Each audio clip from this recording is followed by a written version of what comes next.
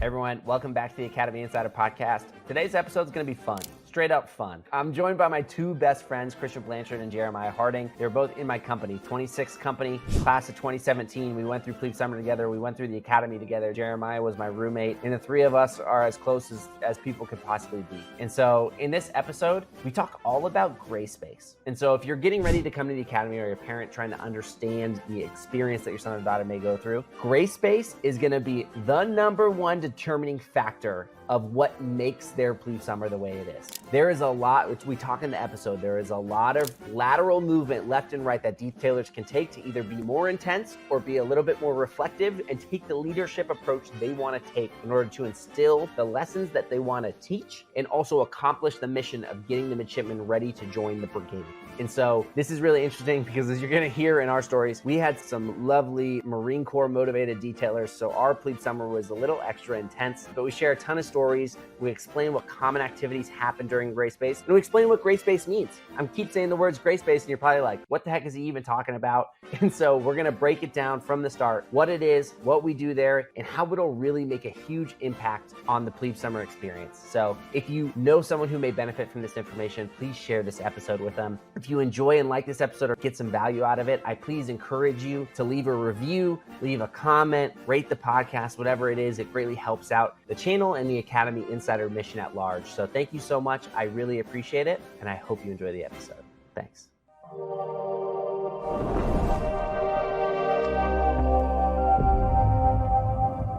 The Academy Insider Podcast is sponsored by the Vermeer Group, a residential real estate company that serves the United States Naval Academy community and other select clientele in both California and Texas.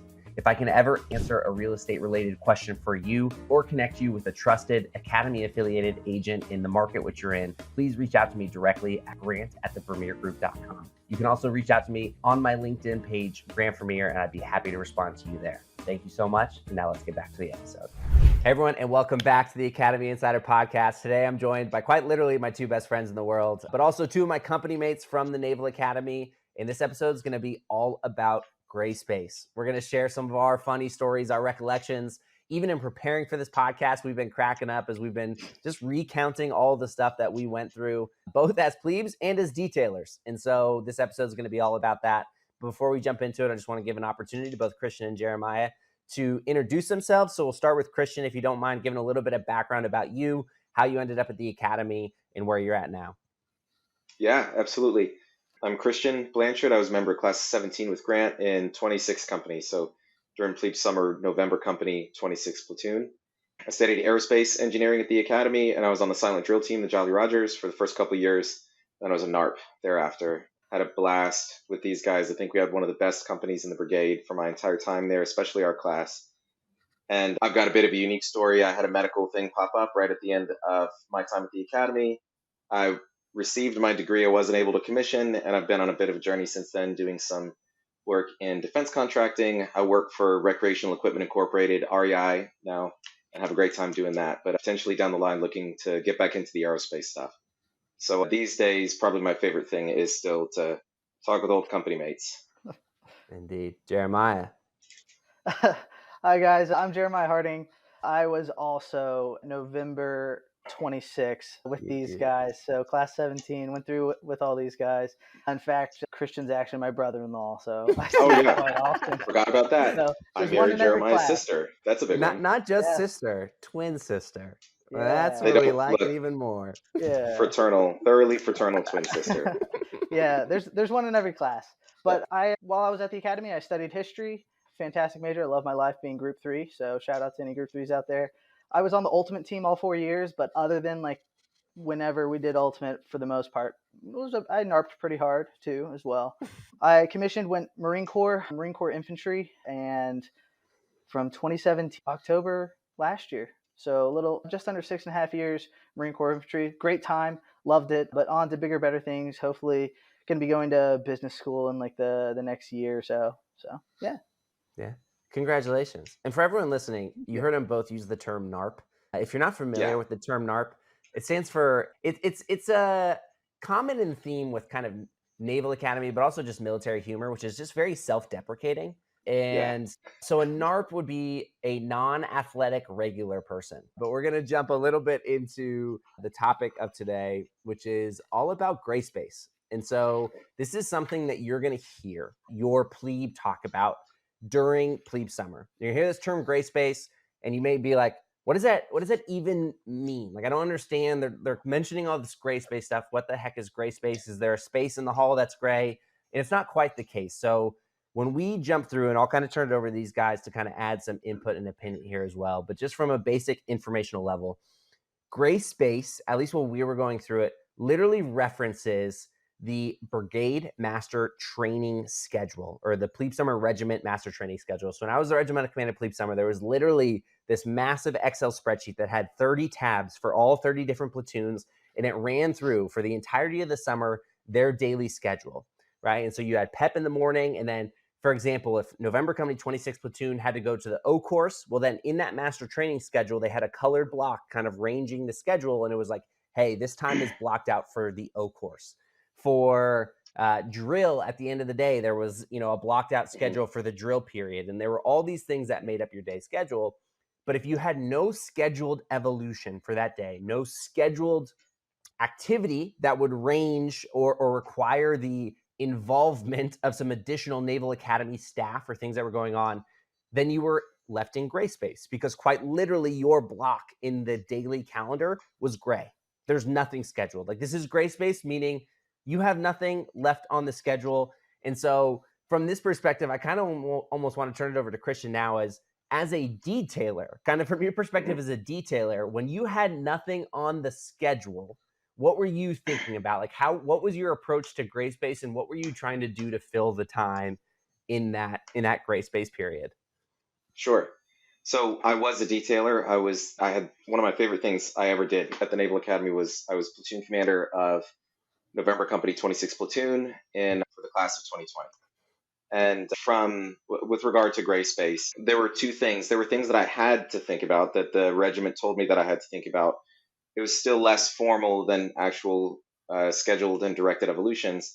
But there was a checklist of certain trainings that we had to accomplish, and they ranged from everything from, certain aspects of the ACUR, what an academic schedule looks like at the Naval Academy, what the academic period structure is from period 1 to 10 throughout the day, tours of academic spaces, and then to things like you can't download illegal videos on the Naval Academy's internet site. Everything, there was long checklists of those kinds of trainings that were directed and scripted that we did have to accomplish.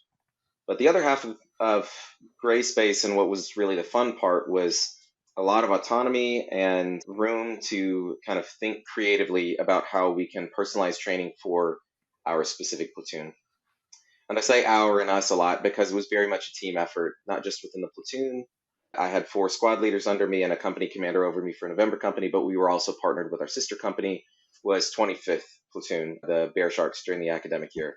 So we collaborated very heavily on the company level, guided by a company officer and a senior enlisted leader. And at least at our level, whenever we were detailers in November Company, we planned out gray space very intentionally. And sometimes from the plebes perspective, it may have seemed a bit off the cuff. Shining Shoes is a good example that I'm sure we've got some stories about. Yeah. But that was like the night before we were going to be doing a shoe shining evolution in gray space. We discussed what the topic was going to be, and we had a brief outline and talked about which detailers are going to be here and lead that evolution. Even when things do seem, impromptu during plebe summer, they are almost always given a lot of thought and planning by the detailers. Certainly detailers in November Company did that. Yeah. And I think what's really interesting along the lines, because Christian mentioned, there's a certain level of things that have to get done over the course of the 6-week plebe summer period, right? Or the 7-week plebe summer period.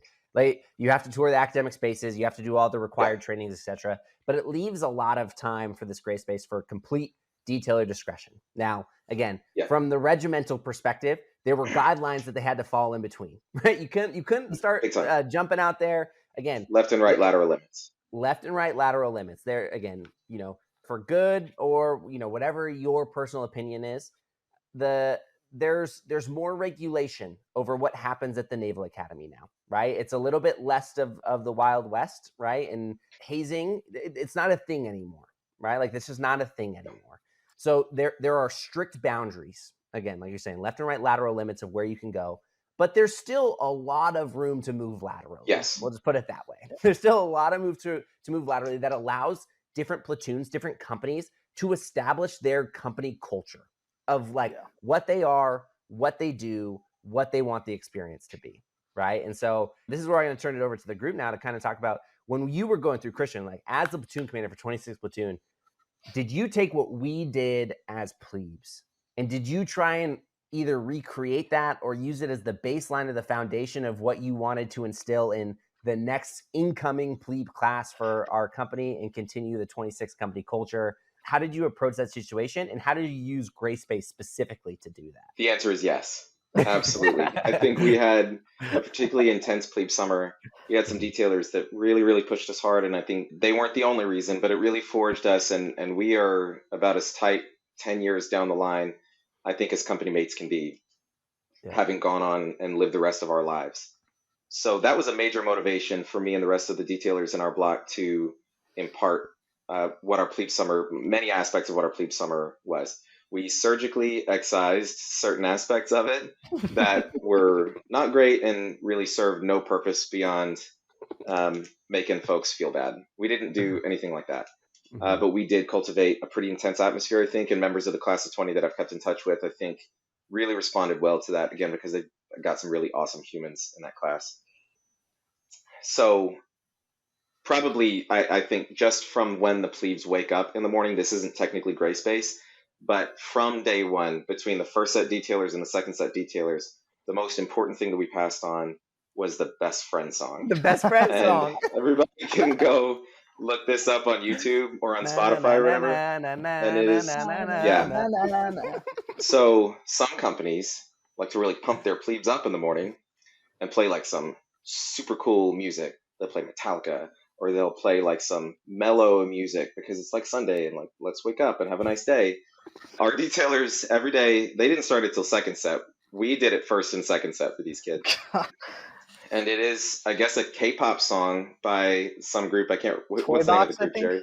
Toy Box. Toy Box. Yeah. It's horrible. And it is just this like high tempo, very nonsensical song that woke us up every day of second set. So those are the kinds of things that we imparted. I wouldn't call that torture, but it was definitely a kind of thing that bonded us. We're still laughing about it these days, and I'm sure class of 20 is too. Dude, I'm cutting you off there because we just got to dive into that a little bit more. I'm still traumatized by that song to this day. Yeah, dude. It makes me cringe. I have a physiological reaction. My physical, quite literally, right? Like I just remember because the dumpsters being where we were, right? Oh yeah, dude. Were we in sixth wing there when that was in the horseshoe? 6-3, right? You have the dumpsters right out to the other side, so you would have the garbage trucks pulling in and backing in, and you hear the beep beep beep, and that would wake you up like right at 5 a.m. And then you're just like, you couldn't like fall asleep just like fully, and so you're just like groggy and sick, and you just know that like, oh, it's about to happen, right? It's about to come, and you just don't know when, but you know it's soon, and you're just like laying in bed. For everybody listening, it really would not hurt our feelings if you paused right now and just went to look up this song.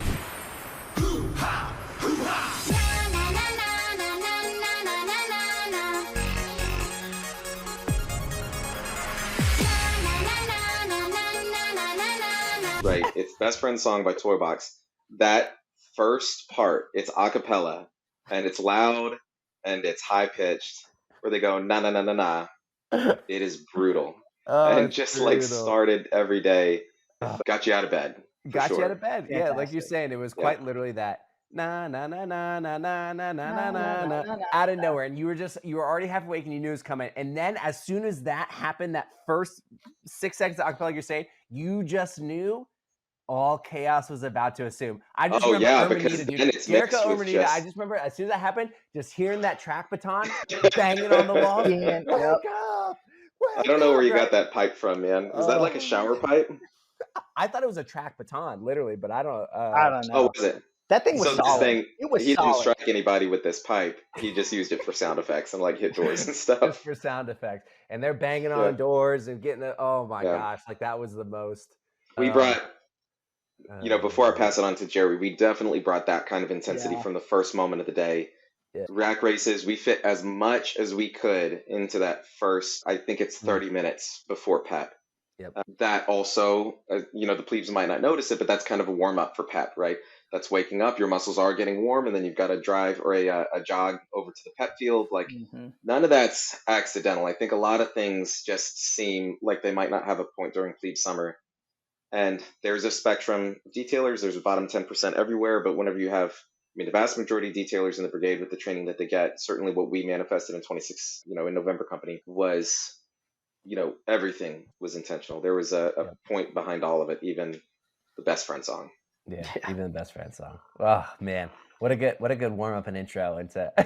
That's not even gray space, but it just it contributes to the gray space. It contributes to the gray space. I swear it does. And you mentioned the term rack races, and so I'm going to use this as kind of the transition now into what we'll consider some of the more traditional gray space activities, right? And so I'm going to pass it to Jeremiah now. Jeremiah, do you mind just explaining to us what a rack race is, and then on top of that, some of the other common gray space activities, whether it is a rack race or a uniform race or I don't need all of the races. Everything. I'm going to turn it over to you. Just time give us hacks. an explanation. Remember the term time hack? On some of the terms. Dude, the time hack. I just rediscovered that word. I forgot about that. Yeah, that's what they were. Yeah, so a rack race, right? So what you're supposed to do every morning when you wake up, right, and being part of this whole attention to detail and the discipline that gets instilled in us over Plebe Summer is you wake up in the morning and then you remake your bed. That way it's nice and tight, wonderful, crisp hospital corners, the beautiful 12 inches of white sheet that you see before, you got a nice 6-inch sheet of folded over bed. Like everything's supposed to look clean, crisp. Your blue magnet, the lines that are on the blue magnet are all completely perpendicular to the bed. So it's pretty... Every morning, if you sleep under your sheets, you have to remake your bed. There's no way to leave and not get in trouble for the fact that your bed's not made. So you make your bed every morning. So what we would do if there was gray space is you would do rack races. And a part of it you could say is to make sure that we're spending less time making our beds in the morning because we get better through repetition. But the detailers would give us a time hack. Hey, you have 2 minutes and 30 seconds. Be back on the bulkhead. That's about right. I think we were in that, less than 3 minute range by the end of it. Yeah. Hey, you got 3 minutes. Everyone needs to go remake the rack. Go. And then they go. And so the detail, we bolt off the bulkhead square corners. Sorry, dude, this is taking me back. That is wild. over Plebe Summer, I lived. You said go, and I almost went kill. So most of our stuff for 26 platoon took place on a 6, but me and 2 other rooms. So there were 3 rooms total for us that were down on 6-2. So every time there was a rack race, a uniform race, any type of time hacked event where we had to go back to our rooms, it always took us longer because we've got to run all the way down to the stairwell, go downstairs, do whatever, and then run back. Right. So anyway, rack race. It was so unfair. And you're supposed to, everyone remakes their rack. Everybody. And it's got to be perfect and pristine. You remake your rack. And you've got detailers that are going there, looking in rooms, making sure okay, they are doing it. And then everyone runs back. And then they go, 1, did you make your time hack? Did you get back in under 3 minutes? Everyone is hit their bulkhead about face and is facing the right way in under 3 minutes. Or then they go and check, some sloppy made racks, things like that. Right. And so then there would be, punishments if it wasn't, which usually meant, okay, we're going to do it again. Right. And so it was a type of repetition. A lot of repetitions. But it got you really good at doing it really quick. And you learn tricks and stuff to help yourself actually make your rack quicker, how to do a better hospital corner over time, things like that. So that's a rack race. A uniform race is, for the most part, we might be in white works, the completely white uniform that we wear during Plebe Summer. And then underneath our white works, we're always in our blue rim and some Usna shorts.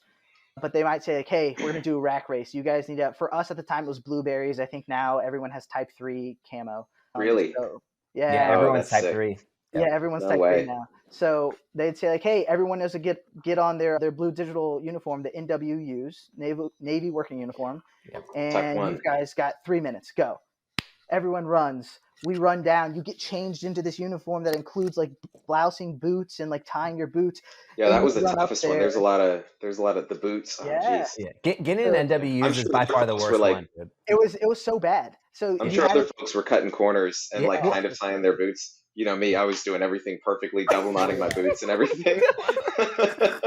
So Well, I so mean, then what's you crazy, what's crazy about the uniforms, I'm sorry to cut you off, right, is yeah, you're again, good. we weren't allowed to what we would call rig uniforms. This is why getting in Yes. NWUs was Yeah. always the worst. And so like you couldn't roll your sleeves. And so Yep. rolling your Oh sleeves takes yeah. forever, dude. And so they'd be Yep. like, all Well, right, you got to get in your there were two uniform. kinds of NW races, right? Yep. Yeah. Because they'd say go change in NWs with rolled sleeves. With And rolled like sleeves. we'd let some groans out, dude, because that's probably one of the toughest uniform things to do aside from keeping whites clean Yeah. is to get a good roll on your NW sleeves. Fast, right? Yeah, like Yeah. fast and trying to do it. Oh man. I just yeah, dude. And I think it's always funny. I'm gonna pass it back to Jeremiah here, but I think it was always funny because again, detailers always find a way to like somehow kind of make it relevant. They'd be like, all right, if we're doing rack races today, you would have this like really dramatic speech. So I just remember Escobar coming down like into the P-way being like, I was walking through rooms today while you guys were at PEP. And your racks look like absolute trash. He said, and guess what we're going to do to help you get better at that? We're going to do some rack races. We're going to do some rack races. That was always such a bring down because that would be like after the best PEP. You know, we just had like a great time and we like showed up for Major Antonelli and we're feeling good. And then our detailers did that all the time. I think just like they've always found a way to like bring us back down. They kept us humble. I mean, what was crazy is, right, especially with rack races, just telling these stories is like bringing back, like, quite literally, like Christian mentioned, almost like physiological reactions. Yeah. When we talk about rack races and like people sprinting up the bulkhead, all I hear in my head is the circle Navy, sir, because like everyone's just like sprinting and trying to cut four corners. Like you got to run off the bulkhead, make the immediate right turn, then the immediate right turn into your room, dude. And then my favorite is just the screeching of chairs, because again, in order to make a rack, for anyone who's listening, basically what happens is you have to take your bed mattress off of the raised. Oh, that is how we did it. I forgot about that. Like thing, and you would put two chairs. You put two chairs separated a certain distance from each other, and you would lay the mattress like on top of it, right? And so you, as a roommate crew, you knew by the end of time, you knew, or it's like, all right, Grant, you're the chair guy. Jeremiah, you're the mattress guy, and Christian, you're the first like sheets guy, right? So like you're sprinting back to your room, you're pulling out the three chairs, you're lining them perfectly as Jeremiah's like going and getting the mattress off the bed and like putting it down, and now you guys are like adjusting sheets. Dude. Like Dude, it's a whole NASCAR operation, pit stop. dude. It's a NASCAR pit stop. It is. Yeah, dude. It's no joke. Yeah. It is. Man. So like, yeah, you have things like rack races and uniform races are probably like the two that get done probably the most. But there's other things that could be done too. Like, hey, this is going to test your guys' attention to detail and like how much are you guys in unison and not individuals. Everyone needs to go back to the room and bring back one pin. All right, boom, we got 30 seconds. Everyone runs and they come back to the bulkhead and everyone's got a pin. All right, hold out your pins. Everyone's sitting there. I got a pencil here, but everyone's holding out their pin. And then they're going down the line, checking people's pins. And like all of us got issued like these super cheap, the Bic, like super cheapo pins. Like that's what was issued to us. That's what everyone had in their desk to begin with. So you would think that's the one that we all grabbed. No, some people would grab their pin that like got sent to them in one of their care packages. That's like a clicky pin that's got like 6 different like pin colors. Do you remember that, it. Grant? We were perfect otherwise. There's just one classmate. They couldn't believe the detailers. This is the kind of thing where like, now that I look back on that, having been a detailer, it is just so far-fetched how that would even happen at that point in Plebe Summer that it's really surprisingly a low-key one of the funniest, most outrageous things that happened all summer. Yes. But yeah, for the most part, that's most of your races and stuff that you would do. The most predominant are going to be your uniform and rack races. Yeah, absolutely. And I think, you know, it's funny is we will categorize. I feel like the majority of detailers are going to use gray space as a period to do what we'll call EMI, extra military instruction, right? And so again, this is where you have so much latitude, as we're talking about, like with left and right lateral bounds. You have so much latitude to go in what's there. You have the ability to determine what it is that your platoon of plebes needs the most extra military instruction in, right? And so, you know, for a lot of times detailers are like, oh, all your racks, all your beds, they look like trash. right? Like we're gonna do rack races, or like, hey, your guys' uniforms are not good, or hey, we were late to the last formation because it took you forever to get your uniforms on. That's like we're gonna get some practice getting like putting on uniforms, right? And so you have all of that. Now, again, the majority of the times, like detailers are just like, no, like these are not fun, and there's a certain level of repetition, and we're just gonna do it, right? But we're gonna say it's for these reasons to, you know, to kind of get there. But it's kind of based on that extra military instruction premise. We'll call it a premise, right? And so part of that is rates as well. So again, kind of one of the things that is a mandated part of Plebe Summer is the memorization of certain rates. And you have kind of through the course of the Plebe Summer, different rates that you have to learn. Again, when you show up on I-Day, you're going to have to know like your chain of command, the mission of the Naval Academy, and then there's a couple others. Yeah, there's a couple other ones, right? But again, over the course of the summer, you're going to have to memorize more things, right? And so during Gray Space, you also have a lot of rates challenges, and kind of the one that sparks the most memory to me, I don't know if you guys remember this one, is like we would have to go verbatim, like speak verbatim a particular rate, but we would have to go one by one, everyone down the platoon, right? And so they'd have us all lined up, and they'd be like, all right, the mission of the Naval Academy is, and then they like point at some random plebe. They'd be like, midshipman 4th class Harding, you start. And you're like, all right. And you go, and then the person to the right, he goes, mission. Yeah. And like all the way down. And that was always a pain because you just knew like somebody was going to mess it up. Just like the laws of the Navy. I don't know if we ever got through it, man. Probably not. There's no way. Yeah. There's no way. Yeah. We get close sometimes. Yeah, so like all those rates were encompassed. So like I still got my reef points, circa 2013, 2014 reef points right there. But yeah, like this entire thing, small font. You want to demonstrate how we're supposed to hold it? So yeah, make me cringe again. Yeah, you want to cringe a little bit. Nice arm parallel to the deck while you're reading. Well, I guess it'd be left hand, right? So you could turn the page with your right hand. It was left hand. No, you're right. It totally was left hand. Yeah, nice and parallel to the deck. We don't hold things in our right hand. Got that right. Yeah, and with that, I mean, that's a lot of gray space too. I almost forget about that sometimes. Sometimes a lot of gray space is quite literally just standing on the bulkhead. Like standing. So here's a good term for all parents listening: standing on a bulkhead. So in Bancroft Hall, you have like the tiled floors that are in your P-way, in your passageway in the hallway. And when you're standing on a bulkhead, you have your heels on the tile line that switches, because it's like dark gray tile that runs along the walls, like one set of tile, and then it's kind of the checkered or like light gray, light white tiling in the center of the P-way, right? And so in order to be standing on a bulkhead, you have your heels on that line between the change of colored tiles. So basically you're standing against the wall, more or less, like when you've hit a bulkhead. And so a big piece of Plebe Summer and a big piece of gray space, honestly, is sometimes just standing there, quote unquote, studying your reef points.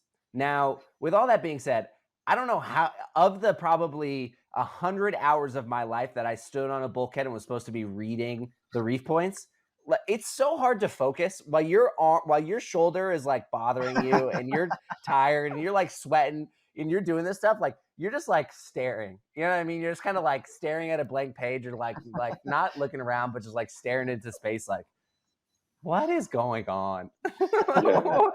What a lot of that time from a detailer's perspective is when detailers are trying to figure out what to do. Yeah. That is definitely a fallback sometimes. Please just study rates. Study rates. We go in the wardroom and we're like, geez, I need water. I need to kick back. And I'm going to pass this one back to Christian, because also another big use of gray space time is to practice drill. And again, there's a big piece of the Plebe Summer process where there's quite literally a platoon drill competition, and each platoon competes in a drill competition. So a lot of times you can use that gray space period to get repetitions and practice drill. And so I'm going to pass it back to Christian here and be like, hey, how often did you make your plebes practice drill, and kind of what was your thought on using drill in gray space periods? Yeah, so I'm the drill guy. I mentioned that I was on the silent drill team. I'm assuming Jolly Rogers are still around. That was ceremonial drill. We spun rifles like Cadet Kelly, and we looked a lot better. But During plebe summer, both as a plebe and as a detailer, I got a lot of satisfaction out of that evolution. Just to define it real quick, I don't want to gloss over any terms that we're like used to.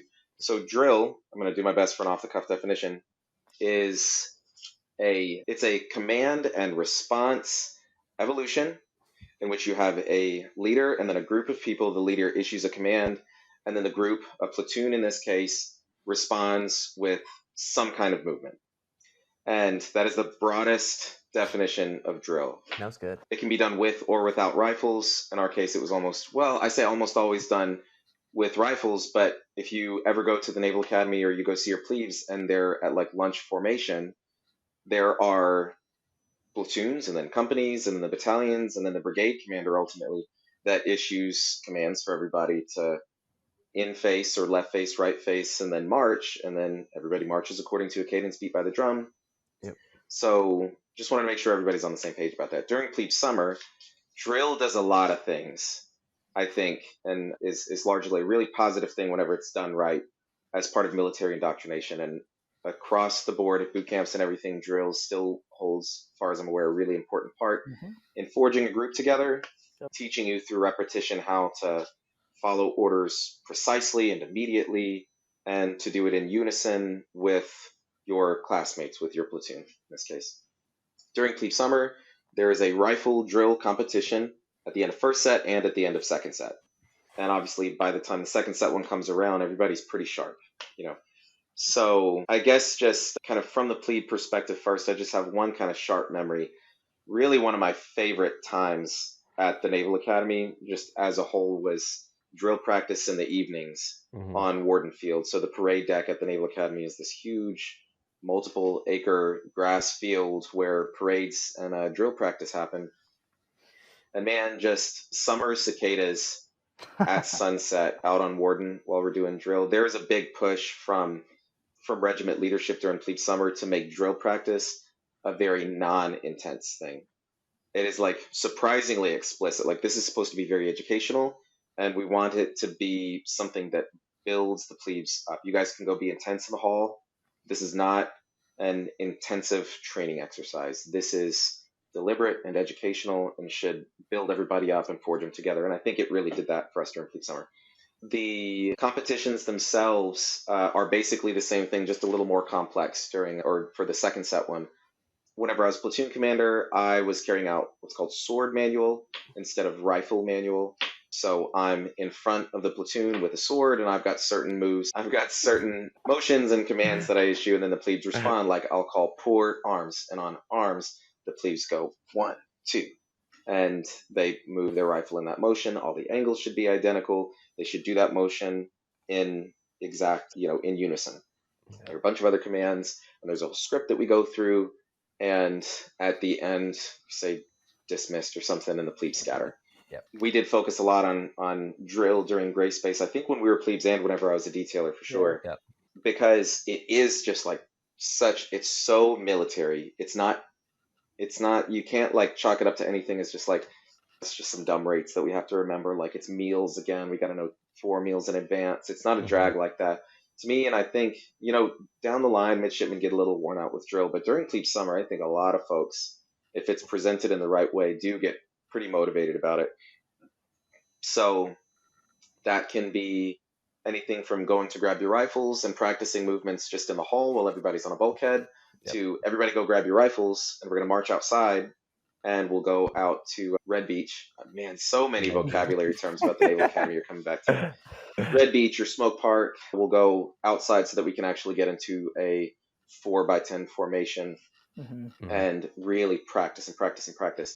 Because the competition is a big thing. And summer, there are a lot of competitiveness between companies becomes a really, really big deal. Yeah. What's cool about drill is it's platoon based. So there is kind of a company level award, I think, for the best company, but it's platoon based training. And that was a really cool time for us to also impart 26 company culture just to 26 platoon. It's really important that the companies perform and perform evolutions together throughout plebe summer, but every plebe summer company is broken up into platoons. Yep. And being able to do that without 25 and then 25 being able to do it without us, those are some kind of key points. And it was nice for us to also during our plebe summer be distinct and have some sort of alone time Yep. that inherently wasn't very intense, but was productive. We're building toward a competition to like perform and get scored on. And I don't think we did too well during our plebe summer. And I think we were like top 5 whenever I was platoon commander, something like that. We did not backward march very well at all. Gunny Abbott wrote wrong. We had our drill thing. Oh no, she said bad. Like underlined it twice. Otherwise, we did okay, but that lost it for us. Yeah, and it's just so funny to, like you're saying, the culture of each company is very heavily dependent on, again, the people who have been there before and established it, and then on the detailers to kind of build that and really initialize that during plebe summer. Yeah. And so it's funny because, again, our detailers were it was a heavy Marine Corps service selection group, right? And I think second set especially, right? And so second set was all of them had just done Leatherneck. All of them had that's right. Yeah, all of them had just done Leatherneck, and then most of them, training. I think almost. Yeah. I think all of them ended up going Marine. Yeah, I think so.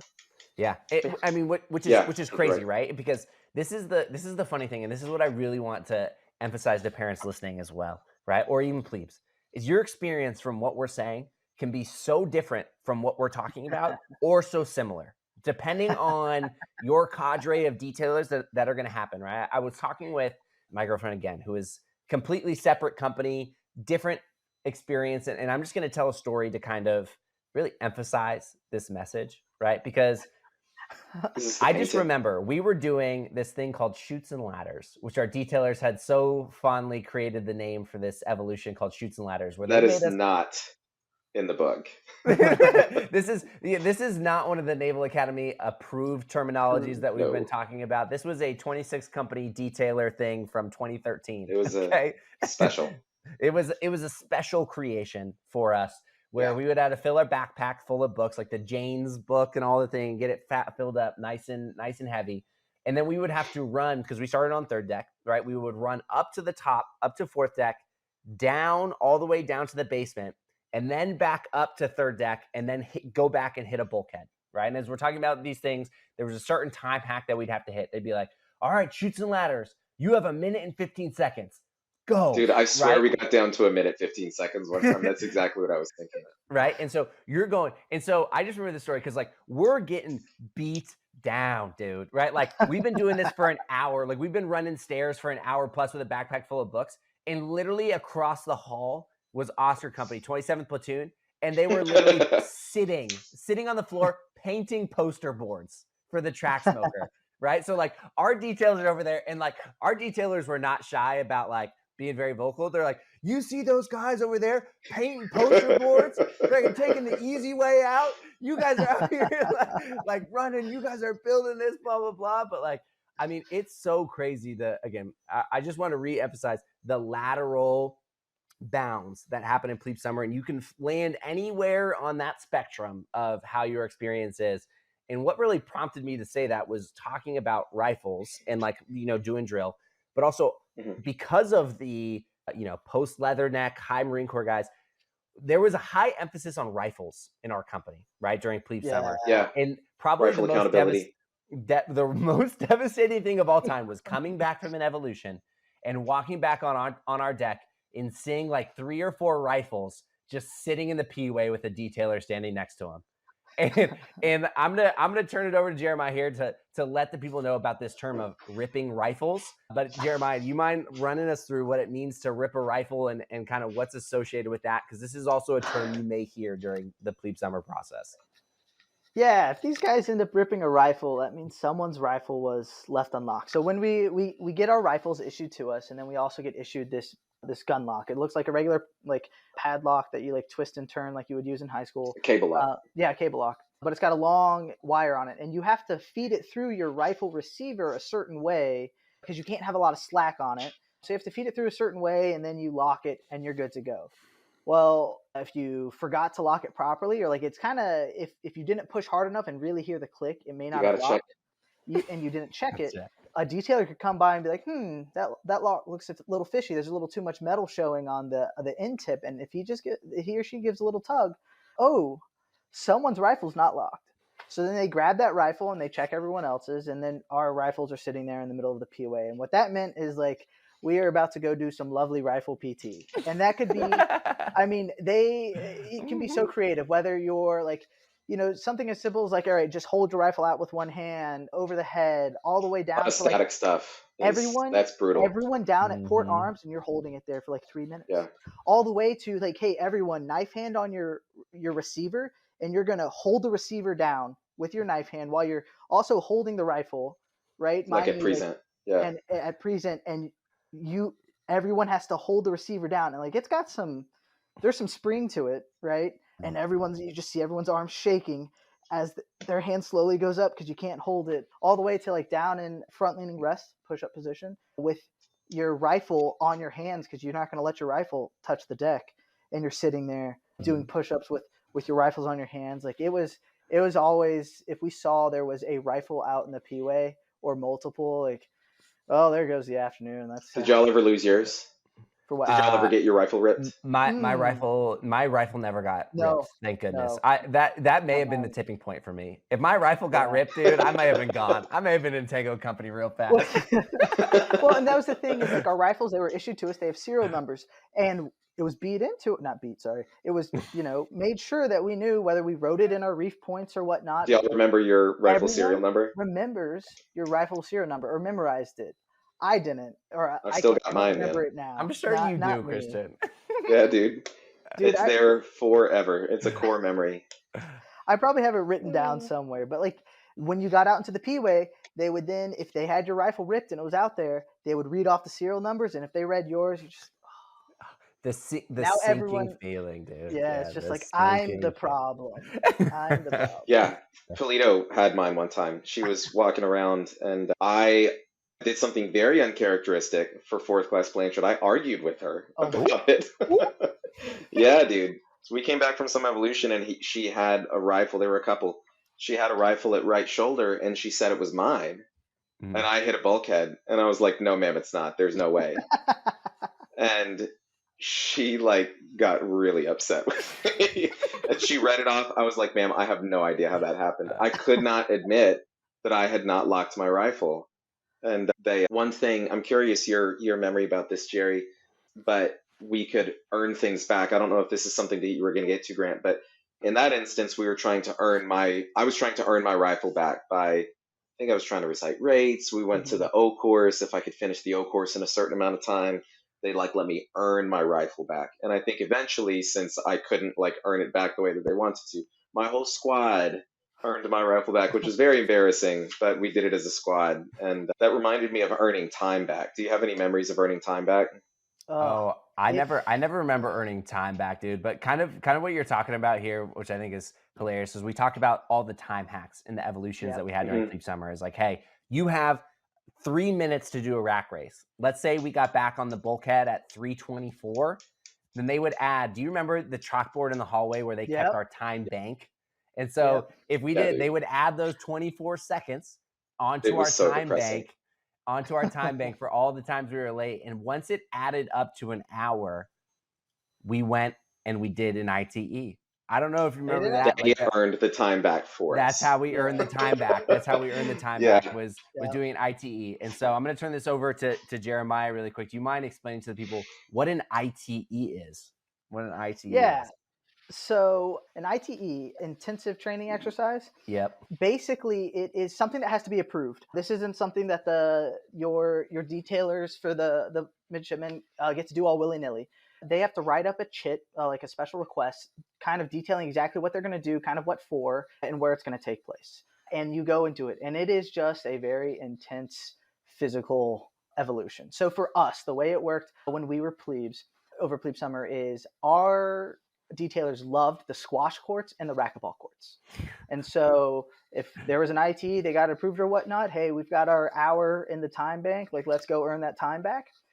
They would take us down to the squash court or the racquetball court. They would take us to the courts, and it was just a super intense physical evolution that would take place. And it's scripted, right? This isn't just your detailers coming up with whatever they want to do. It's scripted about what they can do for, hey, 20 there you do 20 push-ups in unison with, a minute rest or whatever it is. So they're not just pushing people beyond their limits and just doing whatever comes to mind. It's scripted about what they can do. But for us as plebes, during Plebe Summer, when we're in it, you couldn't tell. You just thought like the world is ending. We're Right. sitting there getting just destroyed. At the same time, like we're on these like wood squash courts that we're doing pretty much just all sorts of like bodyweight calisthenics, everything from jumping jacks, arm circles, push-ups, whatever. But it's on like a wood squash court. And so we're sweating all over the place. We're nasty plebes, really sweaty gross. everywhere. And so we have some of the detailers are sitting there with mops, just going through and mopping up all the sweat so that no one. I think that was like in an instruction that there should always be at least 2 detailers with a mop for ITEs. I'm not kidding about that. I'm pretty certain that was in the instruction. It was like, and because you're sweating so much, like that floor will get slick. But yeah, it was a fun time looking back now. You remember those times. But yeah, it was pretty intense. It was great. It was fun. I want to piggyback off of Jeremiah because of a couple things. He said that it's scripted, and that's really important, right? Because this is such a high, coming from the perspective of a detailer, what you're doing is really, there aren't a whole lot of environments in human life where this kind of behavior is normal or acceptable, right?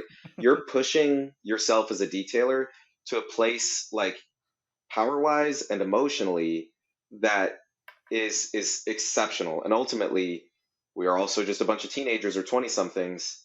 So having this script is absolutely essential to keep Plebe Summer safe. But I think a lot of folks hear that and think that somehow diminishes the intensity or like even like the meaningfulness of Plebe Summer. It should be like more traditional, and we should give detailers the room to like make certain decisions. And ITE is not the time to give 20-something-year-old kids the room to make their own decisions.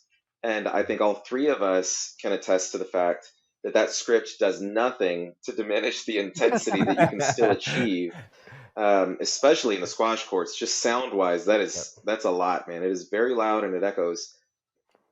But that's just an important point for me to drive home to folks who might think that way, because the script is there to keep it standardized and safe. Jerry did say something about not, I know this isn't exactly what you meant, but you said it's not designed to like push people to their limits. That is true in like a sense, but you certainly get pushed to your limits in an ITE at times. In a safety perspective. Yeah, exactly. It's not unsafe, but you can certainly get pushed to your limit with regard to muscular fatigue and emotionally. This is a small note that I wanted to make, because one of our detailers was kind of famous. He was my first set detailer for 4th Squad. He is just this like infamous legend in our class, and he was a very cranky guy, I think, to say the least. And nobody much cared for him, and he was kind of what I imagined, like a pure, just like old school DI kind of guy that was not fair and was just really mean. And I think rightly our memory's kind of tainted because of that. But during probably our first or second ITE in the squash court, I was really just like kind of losing it. I was pushed to my emotional limit for sure, and that was kind of tied into how intense the exercise was. But it's loud, we're all in this together, we're being punished, the detailers are yelling at us. That's the thing, is like there's no restriction on volume. That and like the kind of like the volume and like the anger that detailers can impart, and that does so much in that moment to like really push you. And so we were doing arm circles, and that's all it was, man. And I just know, like, I must have looked so pitiful.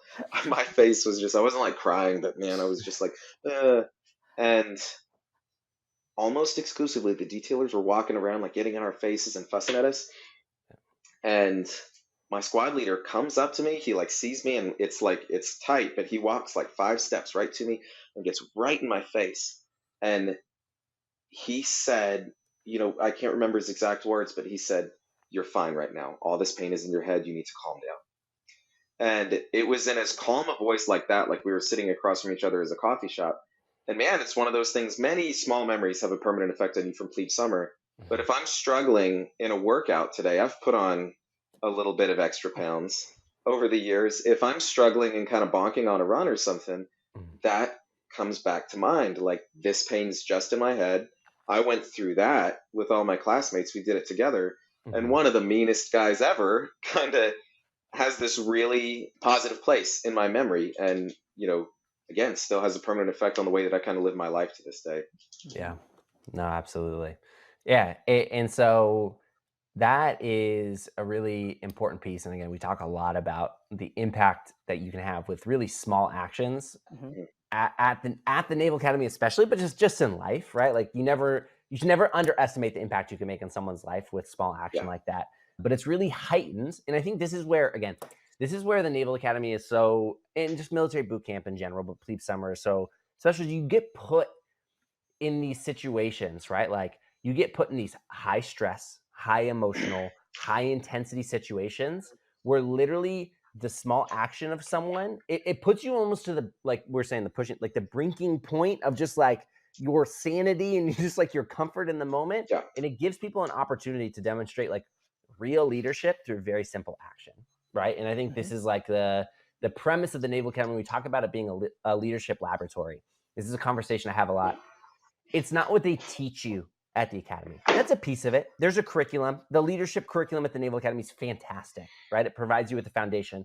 What makes the Naval Academy so special is it puts you in real world events with real human dynamics, and you can really start to test what leadership style really works for you, right? Again, like we're talking about, there is a script to that situation. That ITE has a script, but based on the detailer involvement, the level of interaction, the intensity, volume, etc., that builds the environment, that is what contributed to, I won't say his name, but that detailer's ability to make an impact on you, Christian, by just walking up and saying those words, by changing tone and just being genuine in that moment, right? And so this is what makes the Naval Academy so special, is it puts you in these real world events where people, again, it's funny because it really is this made up world. You're in your own little unicorn world, Plebe Summer, like all these things, but it creates real human emotion, real human dynamic, and real leadership situations, right? And And really so vivid memories that stick around too, because of the 100%. environment. 100%. Yeah. And so, again, the ITE is what we'll consider more the negative or more the punishment based physical training. But what I want to end with is potentially some of the most profound moments you can make during Grace Base, which is this idea of a DPT, or discretionary physical training. And so, I've actually written a blog about one that really meant a ton to me, and then I'll pass it to you guys for some of the things that you remember as well. But for me, so our detailers, and we've talked a lot about them in this podcast, I'm so grateful. Again, it feels funny saying it because I was about ready to leave during Plebe Summer. I tell this story a lot, but they made it extremely difficult. But I think they created our class to be what I think was probably the closest company in the entire brigade, right? Like I'd our agree. friend group, as a result of everything that we had in our experience during Plebe Summer, is tight, right? Is extremely tight. And our detailers were amazing. And so one of the things that stuck around most with me and helped me resonate and helped me understand why they were the way they were is we had a discretionary physical training where we did a cemetery run. And so there is a cemetery on the Naval Academy campus over in Hospital Point. And during one of our grace base periods, where normally we're used to getting, I'll use this term, I don't mean it literally, beat down, right? Like rack races constantly, uniform races constantly, getting dropped, doing push-ups, doing flutter kicks, doing the chutes and ladders, whatever it was. I just remember one time they called us out and they said, hey, get in PT gear. We're just going to go for a little jog, right? And we go on a jog to Hospital Point, and they bring us to a tombstone. And it happened to be for this young gentleman named Nick Tarr.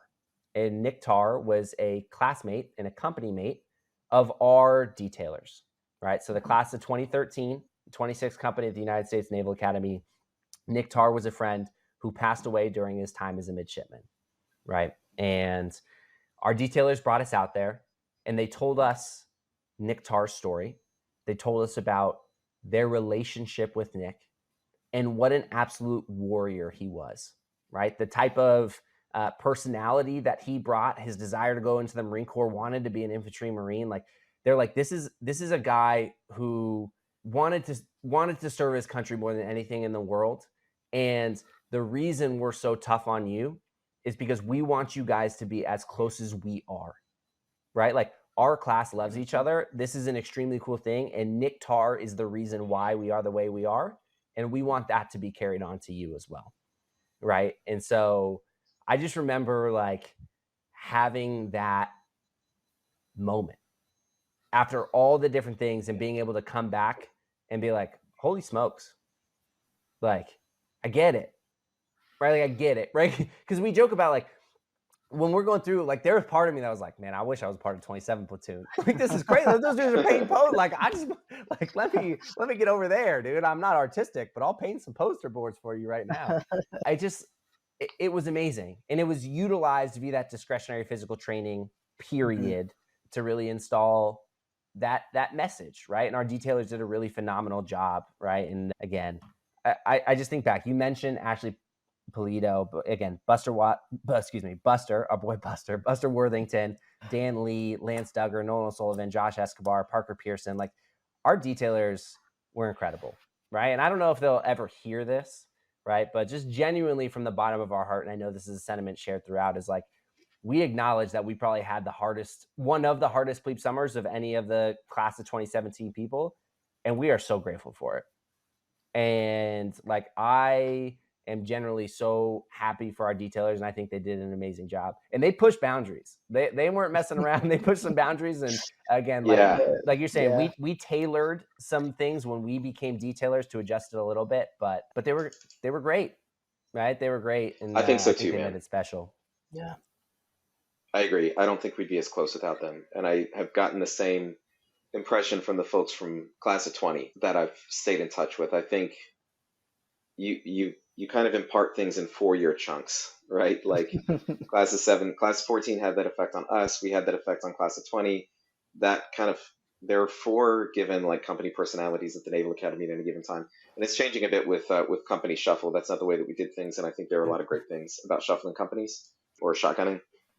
But I think they gave us something really special, and I don't regret any of it. Yeah, thank you for that correction. Class of 2014. I messed that up and I said 2013. Oh, did you say 13? I said 13. That was my fault. Our plebe summer was in 2013, though. Yeah, class of 14. Class of 14. So yeah, and then again, a couple other things I remember, Jeremiah, specifically, like going to Memorial Hall as well, like during our gray space period. You want to touch on that story just briefly? Yeah, so at one point during plebe summer, we all got handed a very small slip of paper. I actually still had it in my reef points. Had my name on it. I forgot about this story. The name of someone else on it, and we were handed it, and we weren't really told much about it until whatever point of the day when they're finally like, hey, everyone get out your piece of paper. We're going to go to Memorial Hall. So at the Naval Academy, it's this wonderful hall right at the front of Bancroft, Memorial Hall. I got chills thinking about it, dude. It has Rotunda. Yeah, in the rotunda from the entire, all the way back to when the Naval Academy was formed in 1845, all the way up to modern day, there is a stone tablet for each class with the class crest for each of those classes on it. And under the class crest are the names of all the midshipmen that passed away in the line of duty. And so it's especially humbling to see when you're walking through it and you start seeing at the times when the U.S. was in times of conflict or war, and you really start to see like, wow, these, like there's 3 or 4 tablets just for this class of names for people that passed away, and maybe not as many in peacetime. So it's really, like I said, it's really humbling to see, but we all got a name, and we went in, and our job was to go find that person. And what that taught us to do, or what that really got us to do, was to go through, look, and really read each of these tablets. And you really got a sense of like how many names you're reading as you go through Memorial Hall. Really puts into perspective, like us as plebes at the Naval Academy, what we're signing up to do, what the ultimate sacrifice could possibly be that could be entailed with the job that we are agreeing to take up. So it's an extremely humbling experience that we got to do, and that's something that they can do in that gray space period. Yeah, absolutely. All right, well, we're going to get ready to wrap up here so as to not extend the listeners too long. But I hope out of this episode, again, we probably could have talked for about 4 hours on this stuff, and there's stuff that I'm sure we missed. This is basically what we talk about when like get together and when go we have a literally beer. get together. Yeah. We literally Yeah. get together. We've shared nothing but these stories. So if you're listening to this and you have a question about something that we said, please reach out to me. We'd be more than happy to, further expand upon something or explain anything. But I hope this was both a little bit educational about some of the, what makes gray space, but two, what I really want to leave you with again, which is that gray space can be extremely variable. There are a lot of different experiences people can have during gray space. And that period during gray space is really what's going to make their plebe summer experience. Mm-hmm. Again, some people choose to go a little bit more reflective instructional route. Some people choose to go a little bit more the Marine Corps route, right? Which was a little bit of like what our experience was, right? And so again, one way is not necessarily right or wrong. It's just a different approach to how you utilize gray space. And that will greatly impact your Naval Academy experience, right? And so as you're getting ready to either go into plebe summer or you're a parent who's listening to try and understand your son or daughter's plebe summer experience, there's not one way gray space is done. And how it does get done, it will make a big impact on your experience, but you're going to have different stories. You're going to have different experiences. And so I hope this was just a good baseline foundation of understanding what we're talking about and then being educated enough to, again, ask good questions to your son or daughter about like, oh, hey, what did you guys do during gray space? Did you do any DPTs or like, did you experience your ITEs? Like, how did you know about that? How'd you, right? And so again, like prompted questions like that can be super helpful. But again, just in recap, our gray space was pretty intense when we were going through plebe summer, and I thought that we didn't paint had a lot of positive. at We all. did not paint. We never painted. One poster board. We showed up to the track smoker poster board less. Okay, so we cheered with our voices. Completely exhausted. But I think it was a great experience. And so for anyone who's listening, if you have any more questions about gray space, let me know. Otherwise, Christian and Jeremiah, thank you so much for taking the time to come and share these stories and share these experiences, again, to help hopefully educate the next wave of midshipmen going through, right? And so appreciate you being here. Thanks for having me. Sure thing, buddy. I'll see you soon. All right, guys. Any questions, let me know. Otherwise, hope you enjoyed the episode. Have a great day. Thank you so much for listening to this episode of the Academy Insider Podcast. I really hope you liked it, enjoyed it, and learned something during this time. If you did, please feel free to like and subscribe or leave a comment about the episode. We really appreciate to hear your feedback about everything and continue to make Academy Insider an amazing service that guides, serves, and supports midshipmen, future midshipmen, and their families. Thank you.